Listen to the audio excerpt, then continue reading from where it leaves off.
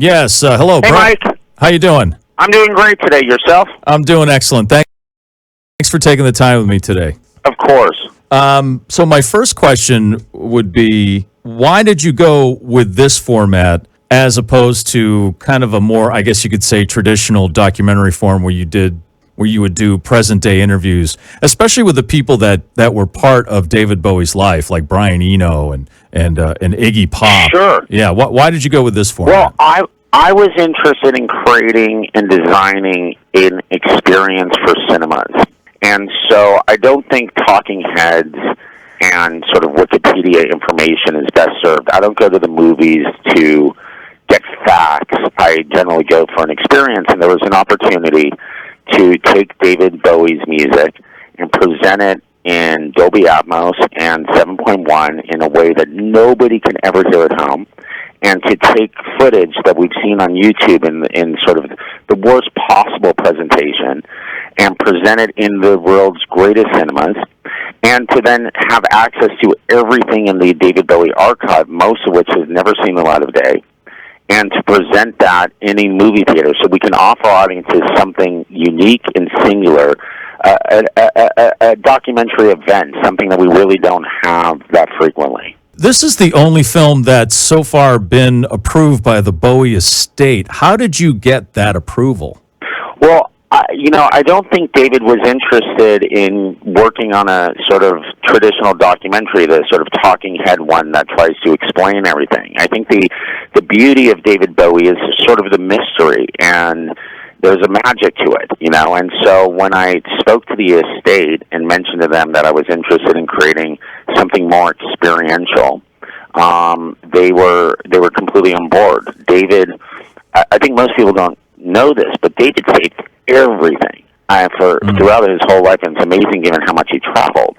And for the last 25 years, he was working with an archivist, sort of building out his archive, and wasn't really sure what to do with all this stuff. So when I called, it seemed to really resonate with them. How much footage did you have to go through, like hours-wise, do you think? Well, I can't qualify by hours, but it took 2 years screening 6 days a week, 12 to 14 hours a day. Oh, my God. To get through all of the media, which was probably like two of the best. I mean, can you imagine your job is to go to work every day and watch David Bowie for 12 to 14 hours? It was kind of a dream job. That's pretty awesome.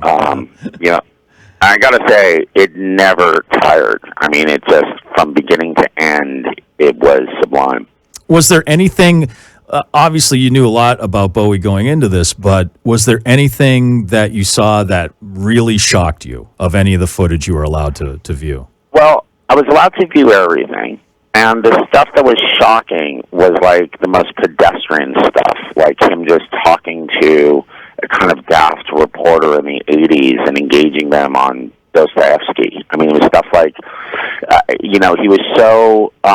I think the one thing about David, and I think some people know this, but this is really at the sort of heart of what the film is about, is he was an adventurer, and he understood from the very beginning that we only have a brief amount of time on this earth, and he was going to have the greatest life of anyone on this planet, and set about to do that. And it doesn't happen by chance. He kind of willfully made his life and his art an adventure. And so in many ways, it's on one level, it's a sort of sublime musical extravaganza.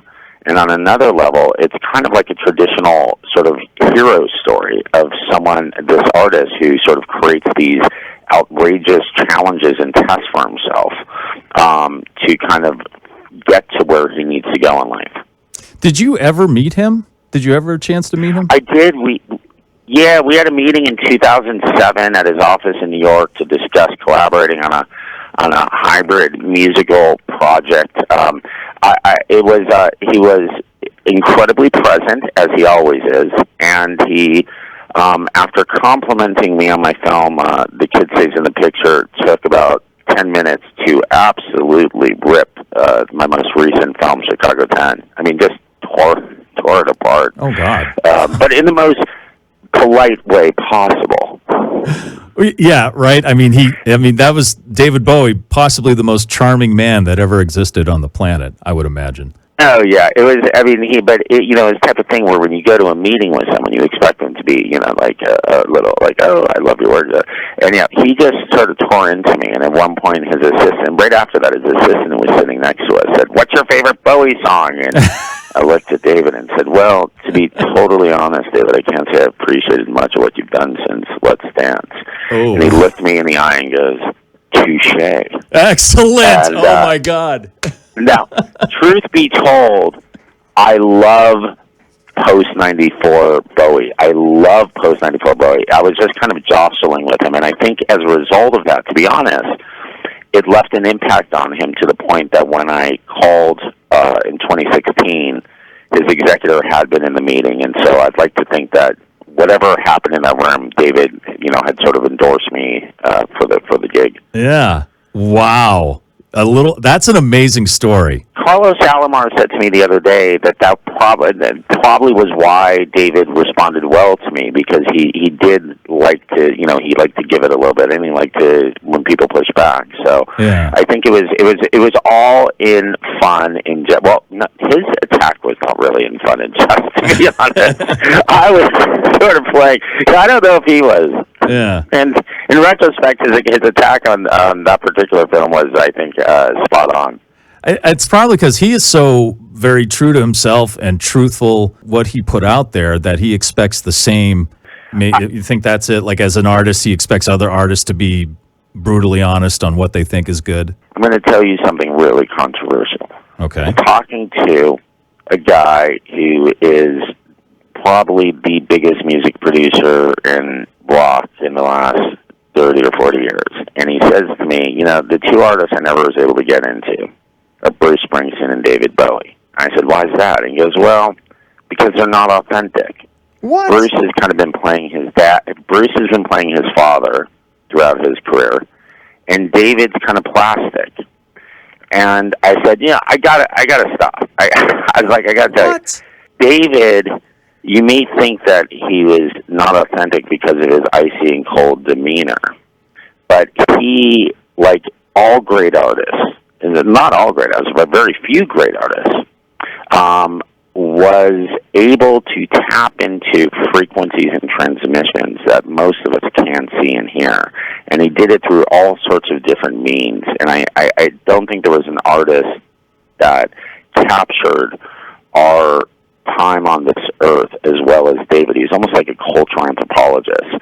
So anyway, I think that he's, as I think people are experiencing in the film, he could be incredibly warm and generous and had a zest for life. And I think the last thing people think when they see a Bowie movie in a cinema is that it's going to be life-affirming. And, the response all over the globe for this film is kind of euphoric, with people walking out and sort of feeling charged and inspired and excited to meet the day. What is your favorite? There's so many different eras, I like to call them, of David Bowie's musical, artistic output. What is your favorite, and did it change after you made this film? It did. I think going into it, it was probably Hunky Dory, Ziggy, Aladdin, the early years. I think as I was constructing the film, I became obsessed with the Berlin trilogy, the albums Low and Heroes and Lodger. And that was in part because I had stems, the original instrumentation for all of his music, and to listen to that process was electrifying. And I think now where I sit, and this may be a reflection of my age personally, not reflected in the movie, my favorite period is kind of Heathen and Outside, sort of the late 90s, early 2000s. I didn't, I was aware of Bowie as a teenager from the hits that I heard on the radio, but I didn't really start listening to him until the Berlin albums. For some reason, as a kid growing up in the suburbs listening to heavy metal, for some reason when I put Low on, it immediately just tore my head apart. Low, we deal with this with the production of his music in Berlin during the film, and when you hear the story, if you're not familiar with the narrative of what happened in Berlin, I don't think we've ever experienced or seen anything like this in music. I mean, David Bowie had decided he no longer wanted to write songs in a traditional way. And so he goes to Berlin and he decides to create a new language of music. Now, that sounds like the most pretentious thing in the world, but David, had a master's degree from the School of Pretension. And in fact, him and Eno used to say that, why is that a bad thing? All artists are pretending. Right. But he goes there and he plays these crazy games with his musicians, where each artist is going into the studio with a different set of objectives, and then he takes those, whatever they recorded, which are completely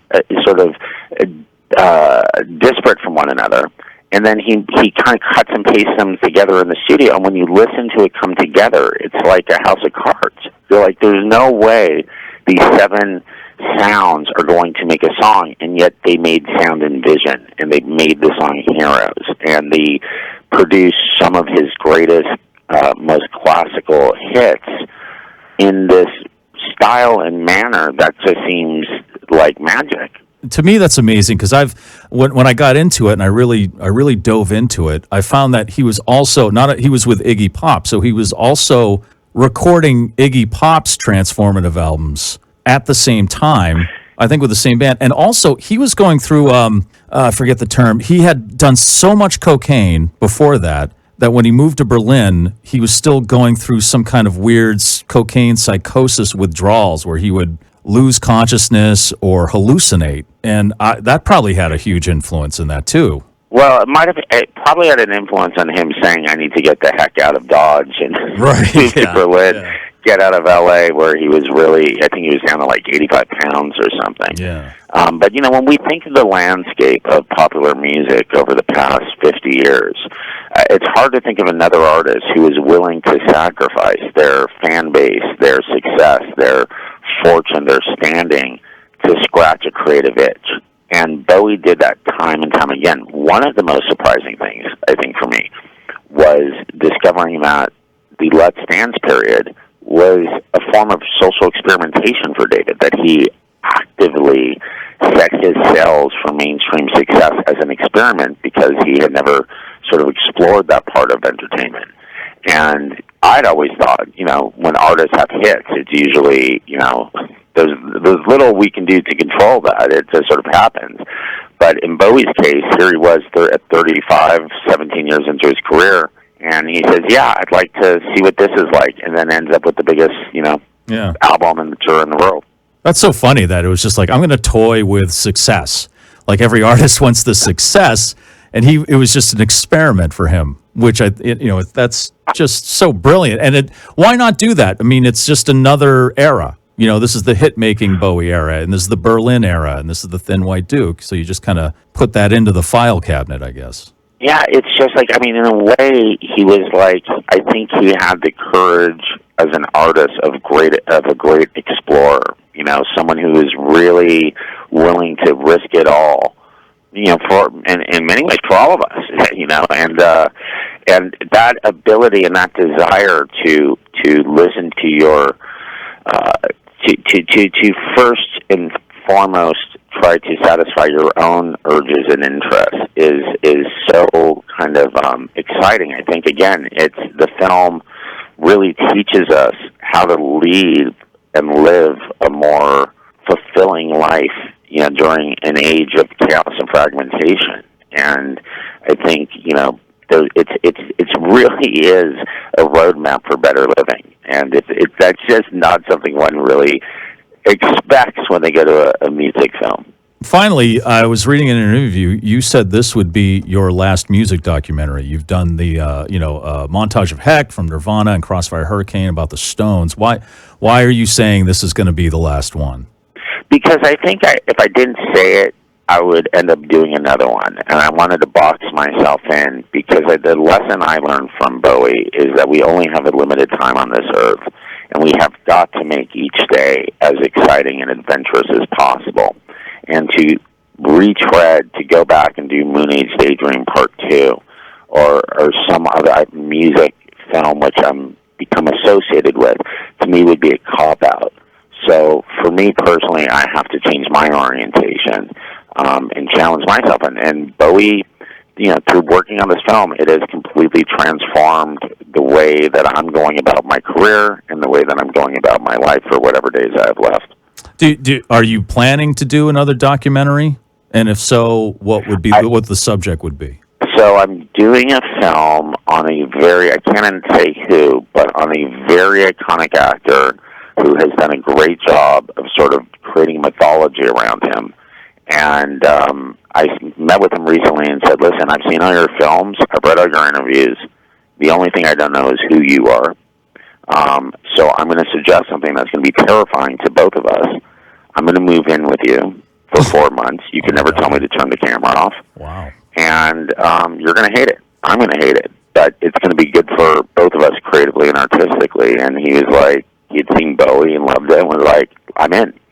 So we'll announce it shortly, but it's probably going to be one of the zanier.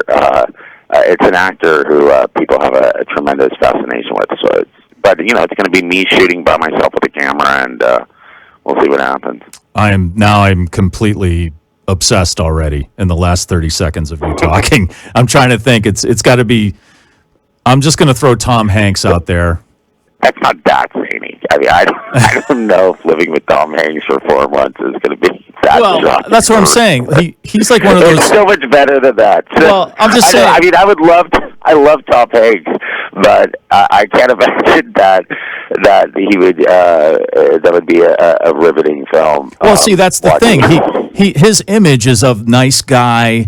Loves what he does and family man, whatever it may be, but there's got to be more to that. There's got to be some kind of different, that's so I'm thinking like America loves Tom Hanks, the world loves Tom Hanks, but then if you go deeper, are they, will it be scary? So I'm thinking of just the perception. You just gave me a great idea for a faux documentary about Tom Hanks, where he is just the big. Right. We wake up and he's just. You think it's a documentary, but he is the biggest jerk on earth, screaming at everybody. Right. That would be the Tom Hanks film I want to see. Yeah, see, that's why I was kind of hilarious. Awesome. All right. Well, Brett Morgan, thank you very much for taking the time. I appreciate it. Moonage Daydream is out. Try to catch it in IMAX if you can, if it's still out in IMAX. You see it probably at your local cinema. Awesome. Well, thank you, Brett Morgan. Good luck on the Tom Hanks documentary. Thanks, man.